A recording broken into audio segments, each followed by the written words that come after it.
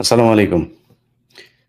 প্রিয় দর্শক আপনাদের সকলকে আমি আমার ফেসবুকে পোস্ট করে জানিয়েছি যে ভিপি এবং জিএস ২ পদেই শিবিরের যে প্রার্থী তারা অ বিজয়ী হয়েছেন এবং এই বিষয়টি যিনি জানিয়েছেন তার কাছ থেকে প্রাপ্ত যে খবর সেটা আপনাদেরকে জানানোর চেষ্টা করব। আপনাদেরকে খুব আ সহজভাবে একটা বিষয় জানিয়ে নিই যে ভোট দেয়া শেষ হয়েছে কখন আপনারা জানেন। তখন থেকে এখন পর্যন্ত সাংবাদিকরা সবাই সেখানে দাঁড়িয়ে আছেন এবং তারা অপেক্ষা করছেন যে আ ভোট আ গণনা শেষে ফলাফল জানার জন্য। আপনাদের কি মনে হয় যে ঢাকা বিশ্ববিদ্যালয়ের মতো ছোট্ট একটা জায়গায় অল্প কিছু ভোটার নিয়ে একটা ভোট সম্পন্ন হওয়ার পরে সেই ভোট গণনা করতে, করতে এত রাত লাগার কথা কিনা? এখানে যে বিষয়গুলো হয়েছে সেটা হচ্ছে উম আ মানে গোয়েন্দা সংস্থার সাথে খেলা করে আমাদেরকে মজার বানরের খেলা দেখাচ্ছেন। তাদের দাবি হচ্ছে যে এখন যদি নাকি ফলটা ঘোষণা করা হয়, আমি যেমনটা জানিয়েছি যে ভিপি এবং জিএস ২ পদে শিবিরের প্রার্থী বিজয়ী হয়েছেন। এটা যদি প্রকাশ করা হয় সেক্ষেত্রে ছাত্রদলের পক্ষ থেকে তারা সা ঢাকা শহরের সব জায়গায় তাদের ঢাকা বিশ্ববিদ্যালয়ের আশপাশে বিভিন্ন জায়গায় তারা অবস্থান নিয়েছে এবং সেখানে বিশাল আ পরিমাণে তাদের নেতাকর্মীরা সেখানে আছেন। তারা বিশৃঙ্খলা করবেন এবং সেটা যদি করা হয় তাহলে ৩য় পক্ষ এখানে সুযোগ নেবেন। আরে বেটা এই গোয়েন্দা সংস্থা এখন উপরে যারা আছে সবই তো ৩য় পক্ষ। আপনারা এখানে এসে এইসব এই হুজুরগিরি দেখাইতে এসে আমাদেরকে ভুলভাল বুঝায়েন না। সো ফলাফল যা হয়েছে সেটা জানাইতে হবে। এই দেশের মানুষ শেখ হাসিনা এর আগে ওই নুরু ভিপি হয়েছিল। ওই সময় তারা চেয়েছিল সবগুলো ভোটই তারা নিয়ে নিবে। শেষ পর্যন্ত পারে নাই।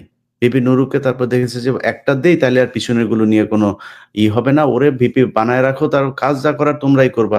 সেটাই হয়েছিল। শেখ হাসিনা এখন বাংলাদেশে নাই।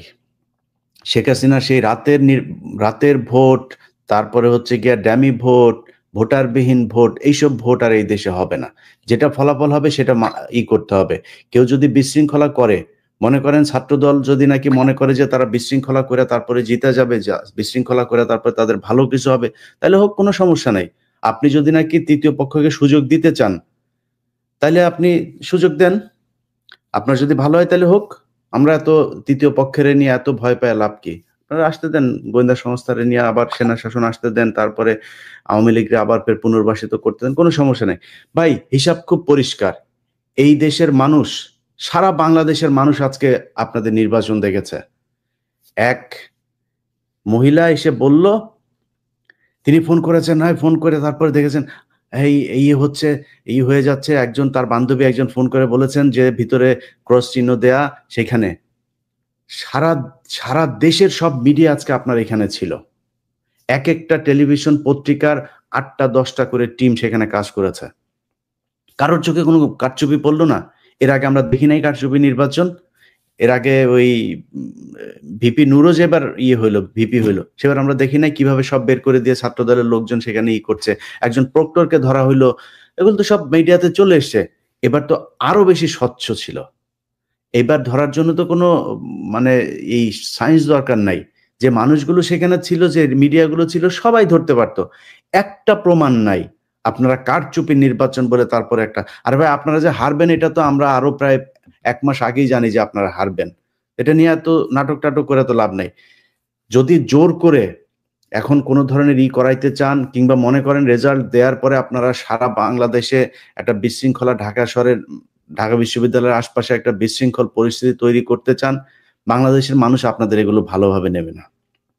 এর আগে শেখ হাসিনা যত জোর করে যত ভোটে নির্বাচিত হয়ে এসছেন, সেগুলোর পরিণাম কি এই দেশের মানুষ দেখেছে। তার চাইতে বরং প্রস্তুতি নেন। ভাই এখনো রেজাল্ট হয় নাই।